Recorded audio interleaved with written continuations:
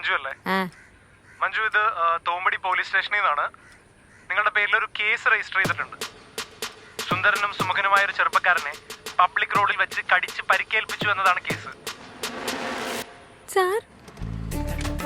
ഈ ഡിഫേമിങ്ങിന് കേസ് കൊടുത്താലുള്ള പരിണിത ഫലങ്ങൾ എന്തൊക്കെയാണെന്ന് അറിയാമോ? എന്താ ഒന്നും മിണ്ടാത്തത്? അല്ല, ഈ കടിച്ച ആളെ നിങ്ങൾ ഹോസ്പിറ്റലിൽ എത്തിച്ചായിരുന്നോ? പറയൂ, എത്തിച്ചായിരുന്നോ? ഇല്ല സാർ.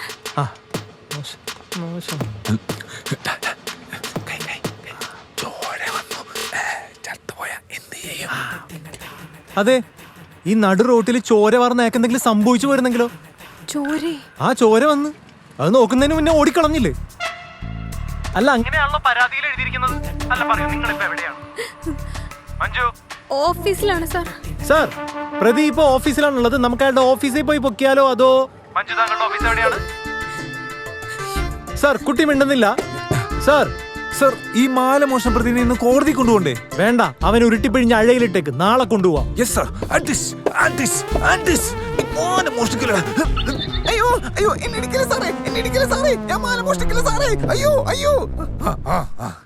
ഹലോ മഞ്ജു, മഞ്ജു കേൾക്കുന്നുണ്ടോ? IPC 327 പ്രകാരം